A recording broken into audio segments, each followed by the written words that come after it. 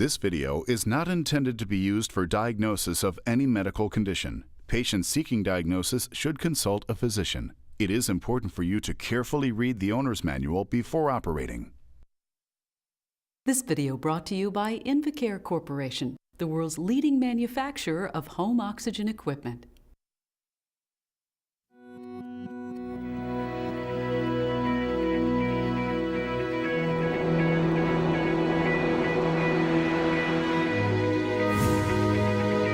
Hi, I'm Connie Deacon with some very important consumer information on the different ways in which patients use and receive oxygen.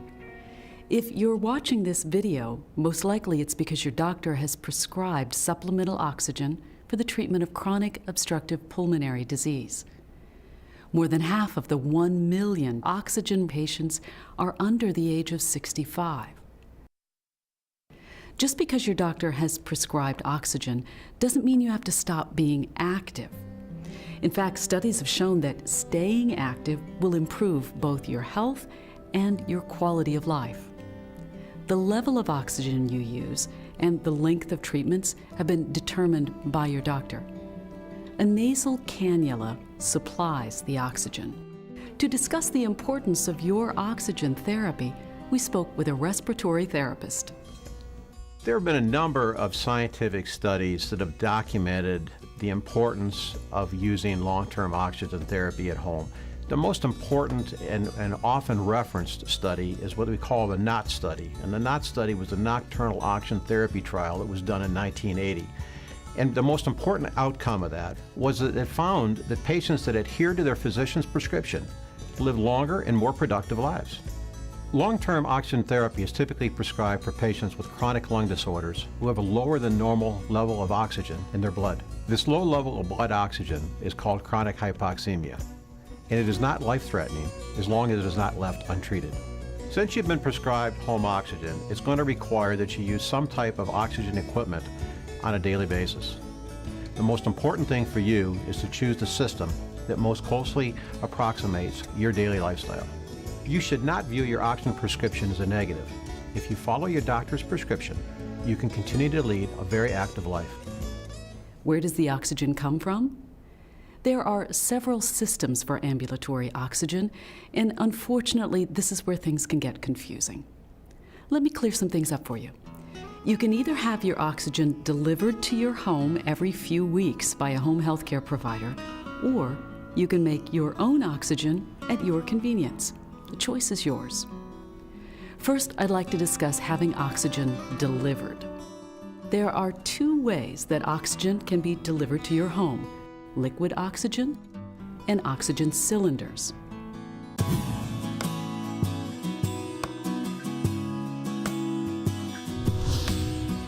All oxygen services and equipment will be supplied to you by a home health care provider. With liquid oxygen, a large tank or vessel called a dewars will be delivered to your home. This vessel stays in your home at all times and acts as your oxygen supply. The tank needs a dry, stable area with no obstructions.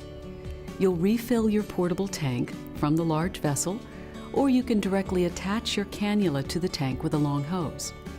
When the vessel is empty, you need to schedule a refill with the home oxygen provider you've chosen.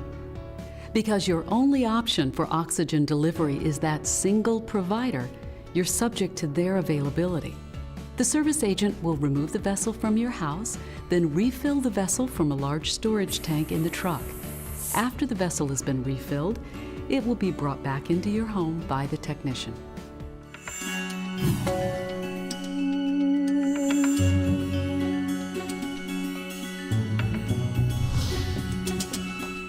Another option for delivered oxygen is oxygen cylinders.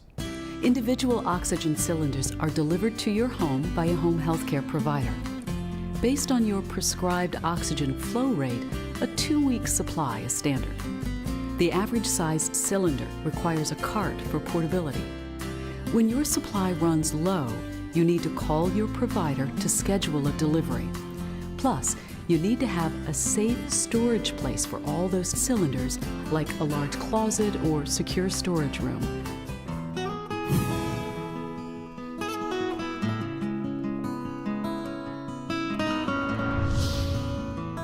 You can also choose to make your own oxygen in your home with either a cylinder filling system or a portable oxygen concentrator. There's only a one-time delivery and setup. Once you have your equipment, you're ready to go. The Invacare Home Fill Oxygen Filling System is a self-contained unit where you can fill your own cylinders at your convenience. The cylinders come in a variety of sizes. The portable oxygen cylinders fit into a handy shoulder or waist pack that makes it easy to be on the move. And you refill the tanks whenever you want at your convenience. The transportable oxygen concentrator, called Solo 2, is a smaller oxygen concentrator that can easily be moved around the house or packed for travel. It allows you to work around your home or use at bedtime. It has a continuous flow mode or can conserve oxygen with a pulse dose setting. The Solo 2 runs on AC, DC, or battery power. You can even plug it into your car. The convenient Solo 2 supplies you with continuous oxygen where and when you need it. The XPO2 portable concentrator is designed to be lightweight and easy to use. It provides you with a never-ending supply of oxygen on the go. The battery and AC, DC power options make it easy for patients to go just about anywhere without the fear of running out of oxygen. Because of the portable design, you can do what you want to do when you want to do it. As you can see, non-delivery oxygen products are efficient, self-contained, and provide you with the freedom to make your own oxygen. Studies have shown that patients who stick to their oxygen regimen and walk regularly have a 50% higher survival rate than patients who don't. As you can see, oxygen is proven to be an extremely effective treatment.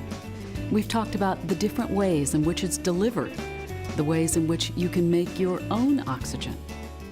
The most important thing is to stick to your oxygen regimen. So when choosing your oxygen source, consider the system that's the most convenient and right for you.